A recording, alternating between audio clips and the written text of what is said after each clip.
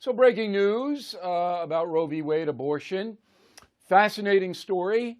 Of course, you're being misled in the extreme about the story, and we will not do that here. There is hysteria in the air, and that is the subject of the Talking Points memo. So I'm going to give you the big picture and then the likely outcome. All right?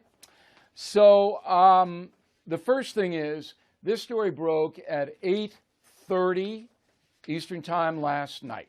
And the cable news people who were on in prime time scrambled. And of course, they had no blanking clue what really happened, but that doesn't stop them.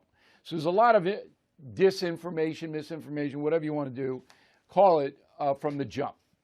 So when the story broke, someone from inside the Supreme Court, most likely in the chambers of the 3 liberal judges, took a draft, all right, from Samuel Alito, one of the conservative judges, about the abortion case the Supreme Court is hearing right now.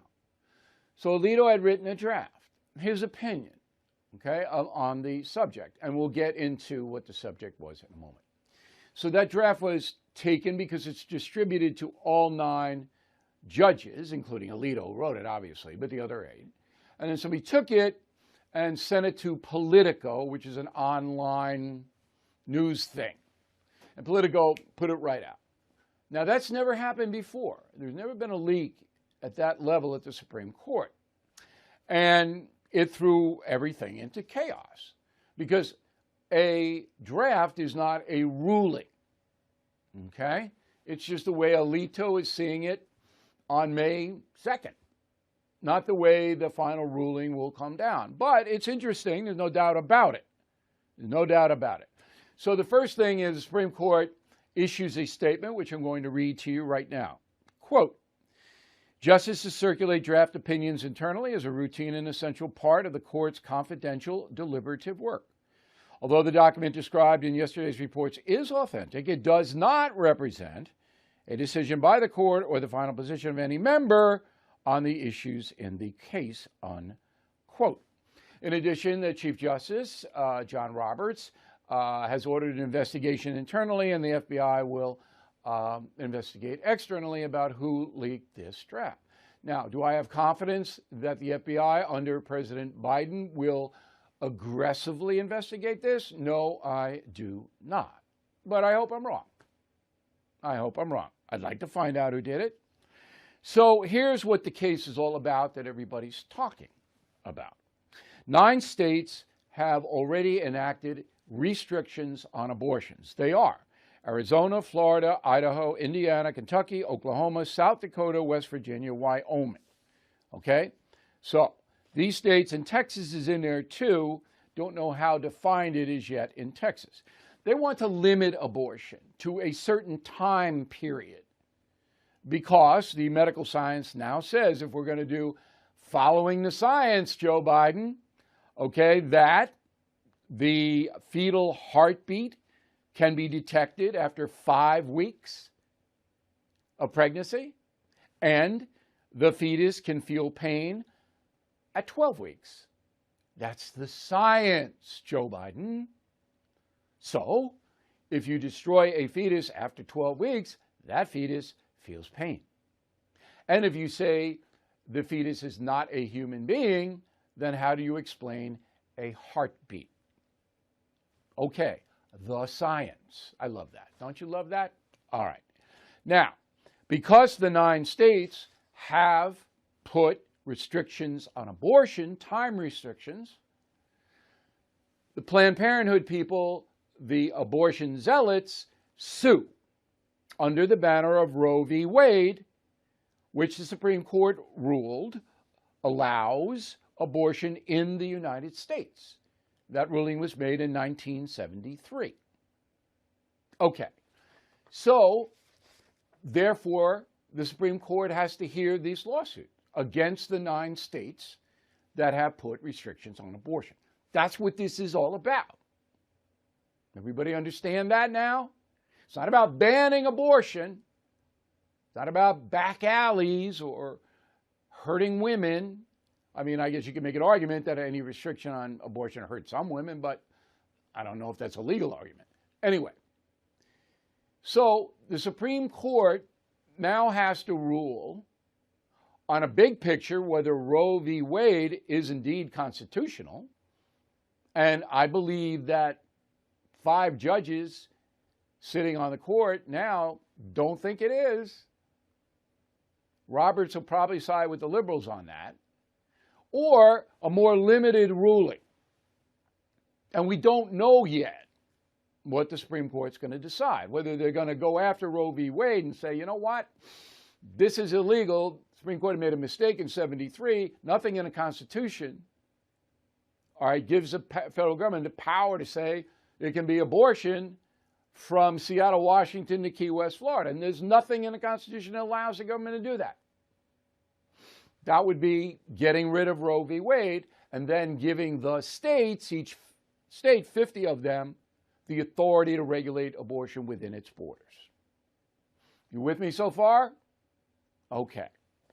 So the pro-abortion people, of which Joe Biden is one, even though he is a Roman Catholic, he is pro-abortion. He wants the procedure in America. Okay, I'm glad I'm not Joe Biden, because that'll be a tough explanation on Judgment Day, if there is a Judgment Day. If he's a practicing Roman Catholic, a very tough explanation there, just so you know. So Biden immediately comes out on the side of the progressive movement because he is held captive by the far left. And here's what Biden said today. Go. Because one of the issues that this court, many of the members of the court, a number of the members of the court, have not acknowledged is that there is a right to privacy in our Constitution. I strongly believe there is. I think the decision of Griswold was correct overruling. I think the decision of Roe was correct because there's a right to privacy. Yeah, there's a right to privacy, but not when it infringes on the public good. Now, Joe Biden couldn't understand that. He's not smart enough to understand it. He was told, and he parroted what he was told, right to privacy is in the Constitution. That's why Roe v. Wade is constitutional. We do have a right to privacy, but not a blanket right to privacy. So if you are doing something in private that affects the so-called public good, you can't do it. Like taking heroin or methamphetamine or fentanyl. If you do that in private, you can still be arrested because the law says that public safety overrides privacy in many areas. And that's just one example. I can give you 100. So just because you do something in private doesn't mean you can do it. Now, then you get into the argument of, okay, there's another force involved here in your privacy, and that is the fetus. It's not just you, right? That's the argument, that a fetus with a heartbeat at 5 weeks must be protected by law. Now, the far left doesn't believe that. Doesn't believe that the fetus has any rights at all to life. That's why it's called the Right to Life movement. Fetus doesn't believe the unborn have any rights at all, none. So if you have a headache 30 minutes before you're supposed to give birth, doctor can come in and kill that unborn child because you have a headache and you don't want it. That's what we have here in New York State, where I am right now. That's the law. So I'm just appealing to Americans in a common sense way. Right to privacy doesn't give you, the American citizen, the right to harm yourself. Suicide's against the law. I mean, you can't enforce it because the person's dead, but it's illegal to commit suicide or encourage suicide. See? But Biden, he didn't understand any of this. I mean, because he's not smart enough to understand it. Never thought about it. All he does is what he's told to do. And that's not an exaggeration. That's exactly what's happening here in this country. Okay, so what is the likely outcome? The likely outcome is that the Supreme Court will rule 5-4 to remove Roe v. Wade.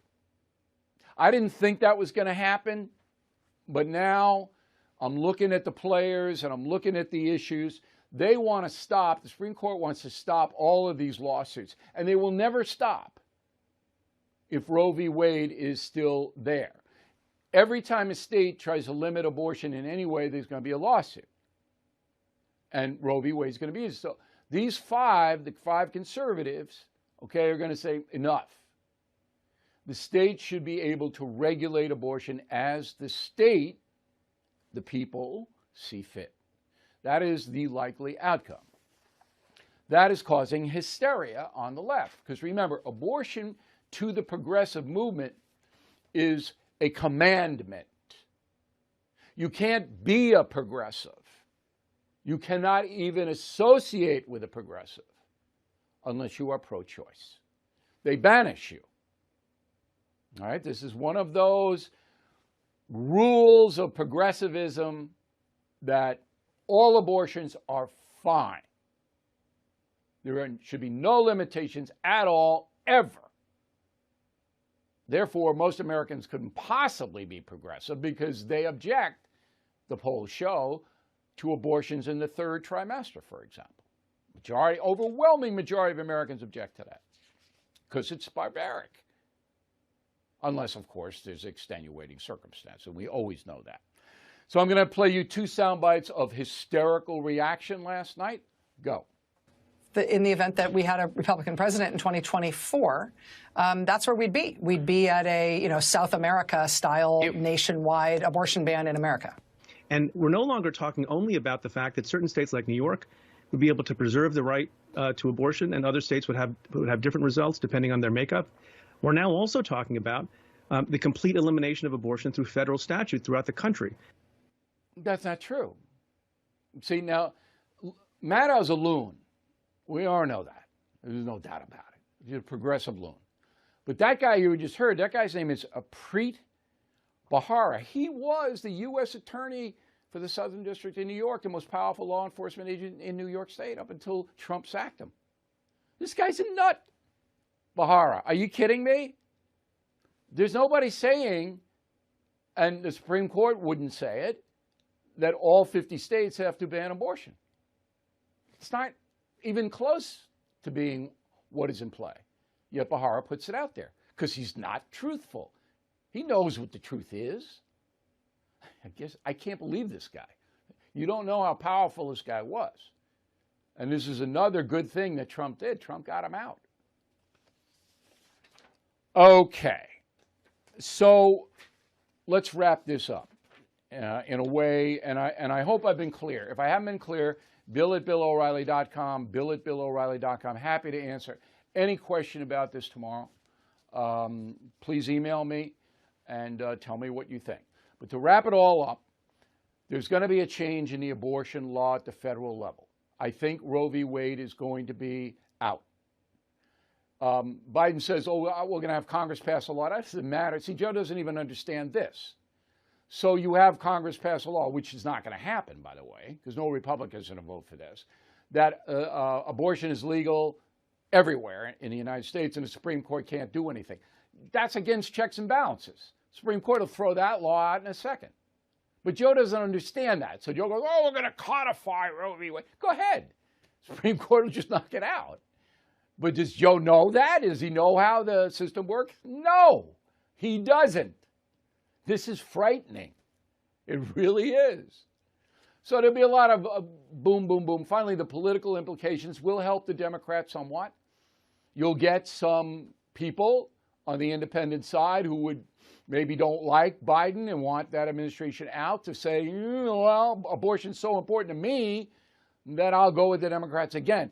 I don't think that's going to be many because everybody's suffering with the economy now, and that's going to be the override in November. Remember, this ruling will be made in June by the Supreme Court. By November, it'll be still around, but is it going to be a big factor in the midterms? I don't think so. I could be wrong, but that's how I see it.